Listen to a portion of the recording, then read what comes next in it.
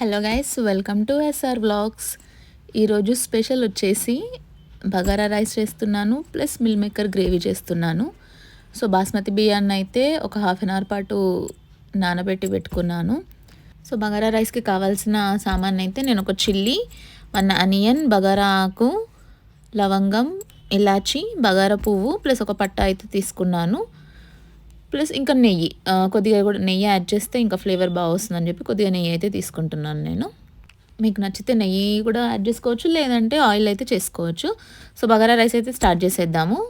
ఒక గిన్నెలో నేను కొద్దిగా ఆయిల్ ప్లస్ నెయ్యి వేసుకుంటున్నాను.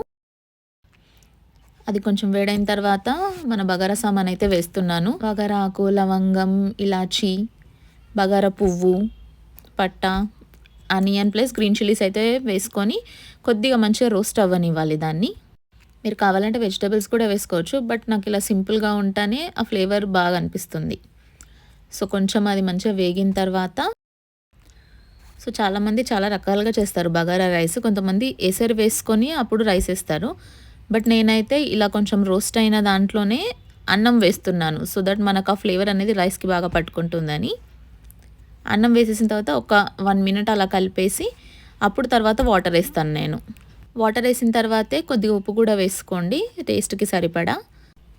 ఒక్కసారి ఒక మంచి మిక్స్ ఇచ్చేసి అంతే, ఒక 15 to 20 మినిట్స్ అలా సిమ్లో పెట్టేసామంటే మంచి బగారా రైస్ అయితే రెడీ. మీరు చూస్తున్నారు కదా, రైస్ అయితే మంచిగా పూలలాగా వచ్చింది, మంచి స్మెల్ కూడా వస్తుంది. అంతే గైస్, సింపుల్ బగారా రైస్ అయితే రెడీ. నెక్స్ట్ వీడియోలో మిల్ మేకర్ కర్రీ చూద్దాము. మీరైతే బగారా రైస్ తప్పకుండా ట్రై చేయండి.